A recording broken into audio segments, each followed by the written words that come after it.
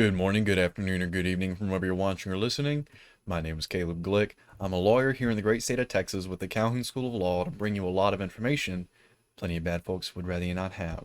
Today we're going to be providing another installation into our Anti-Federalist Papers series going on number 5. So if you haven't gone back and watched 1 through 4, I would highly encourage you to do so because in order to get a full understanding, holistic insight to what the founders understood the U.S. Constitution to be, it is very important to see both the advocates and the dissents to the U.S. Constitution. So if you want to fully understand what the founding generation understood the U.S. Constitution to be, very important to read both the Anti-Federalist Papers and the Federalist Papers.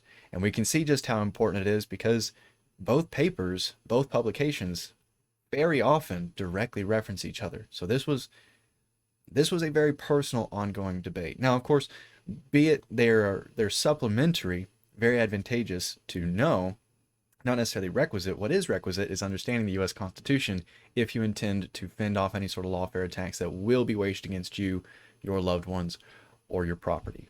All right, so let's go ahead, without further ado, jump over to the Anti-Federalist Papers, not the Federalist Papers, the Anti-Federalist Papers. Like I said, we're going on number 5, which is titled Scotland and England, a Case in Point. If you don't have a paper and digital copy of the Anti-Federalist Papers, please go get copies in both formats. As well, if you don't have copies of the Federalist Papers, go ahead and get both paper and digital copies of those, so that way you can quickly reference them and, of course, follow along in the lecture. Okay, so Scotland, England, a case in point.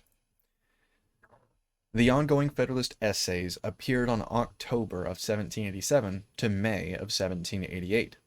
Rebuttals, anti-Federalist in nature, to Federalist writers seldom were published.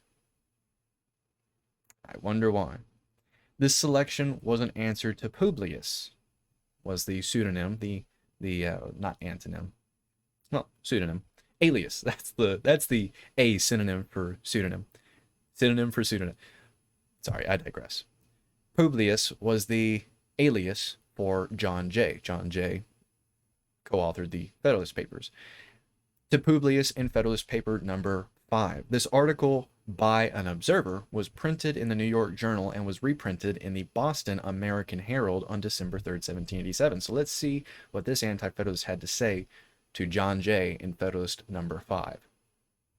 A writer under the signature Publius, or the Federalist number 5, in the Daily Advertiser and in the New York Packet, with a view of proving the advantages which he says will be derived by the states if the new Constitution is adopted, has given extracts of a letter from Queen Anne to the Scotch Parliament on the subject of a union between Scotland and England.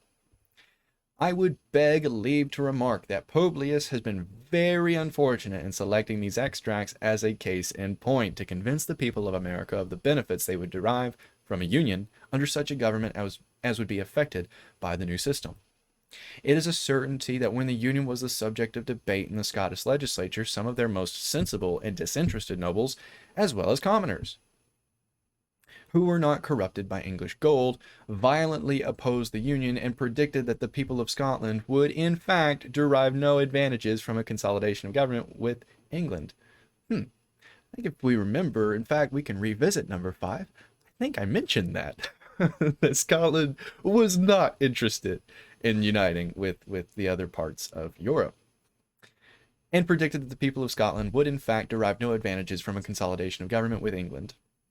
But, on the contrary, they would bear a great proportion of her debt, and furnish large bodies of men to assist in her wars with France, with whom, before the Union, Scotland was at all times on terms of the most cordial amity. Yep. It was also predicted that the representation in the Parliament of Great Britain, particularly in the House of Commons, was too small, 45 members being very far from the proportion of Scotland, when its extent and numbers were duly considered, and that even they, being so few, might, or at least a majority of them might, at all times be immediately under the influence of the English ministry, and, of course, very little of their attention would be given to the true interest of their constituents, especially if they came in competition with the prospects of viewers of the ministry. How far these predictions have been verified, I believe it will not require much trouble to prove.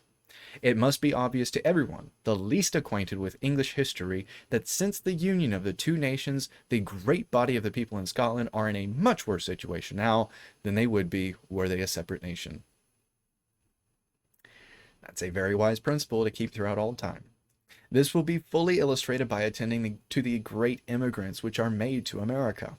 For if the people could have but a common support at home, it is unreasonable to suppose that such large numbers would quit their country, break from the tender ties of kindred and friendship, and trust themselves on a dangerous voyage across a vast ocean to a country of which they can know but very little except by common report. I will only further remark that it is not about 2 or 3 years since a member of the British Parliament, I believe Mr. Dempster, gave a most pathetic description of the sufferings of the commonalty of Scotland, particularly on the sea coast, and endeavoured to call the attention of Parliament to their distresses and afford them some relief by encouraging their fisheries. It deserves also to be remembered that the people of Scotland in the late war between France and Great Britain petitioned to have arms and ammunition supplied them by their general government for their defense, alleging that they were incapable of defending themselves and their property from an invasion unless they were assigned by government. It is a truth that their petitions were disregarded, and reasons were assigned that it would be dangerous to entrust them with the means of defense, as they would then have it in their power to break with the Union. From this representation of the situation of Scotland, surely no one can draw any conclusion that this country would derive happiness or security from a government which would, in reality, give the people but the mere name of being free. That's heavy. For if the representation stipulated by the Constitution framed by the late Convention be attentively and dispassionately considered, it must be obvious to every disinterested observer, besides many other weighty objections which will present themselves to view, that the number is not, by any means, adequate to the present inhabitants of this extensive continent, but less to those it will contain at a future period. I observe that the writer above mentioned takes great pains to show the disadvantages which would result from 3 or 4 distinct confederacies of these states. I must confess that I have not seen, in any of the pieces published against the proposed Constitution, anything which gives the most distant idea that their writers are in favor of such governments. But it is clear these objections arise from a consolidation not affording security for the liberties of their country, and from hence it must evidently appear that the design of Publius, in artfully holding up to public view the bugbear of such confederacies, can be with no other intention than willfully to deceive his fellow citizens. Wow.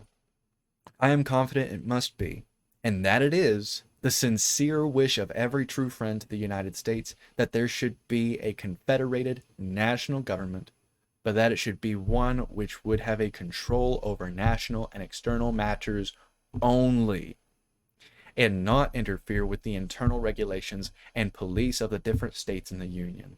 Such a government, while it would give us respectability abroad, would not encroach upon or subvert our liberties at home. Signed, an observer. Excellent. So if you have any questions about what was said in number 5, Anti-Federalist Papers number 5, or any of the preceding papers, or if there's a topic you'd like me to cover in a future lecture, please post them in the comments, because the entire purpose of the Calhoun School of Law is to provide you with the necessary skills and information to combat any sort of lawfare that will be waged against you, your loved ones, or your hard-earned property. So please, if you have any questions at all, post them down in the comments. Excellent. So my name is Caleb Glick. I'm a lawyer here in the great state of Texas with the Calhoun School of Law to bring you a lot of information that plenty of bad folks would rather you not have.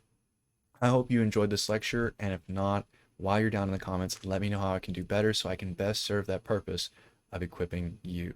I hope y'all have a wonderful day. I'm not sure what the topic for the next lecture is going to be, but I'll do my best to make it as informative and entertaining as this one, if not more so, again, so I can best serve that purpose.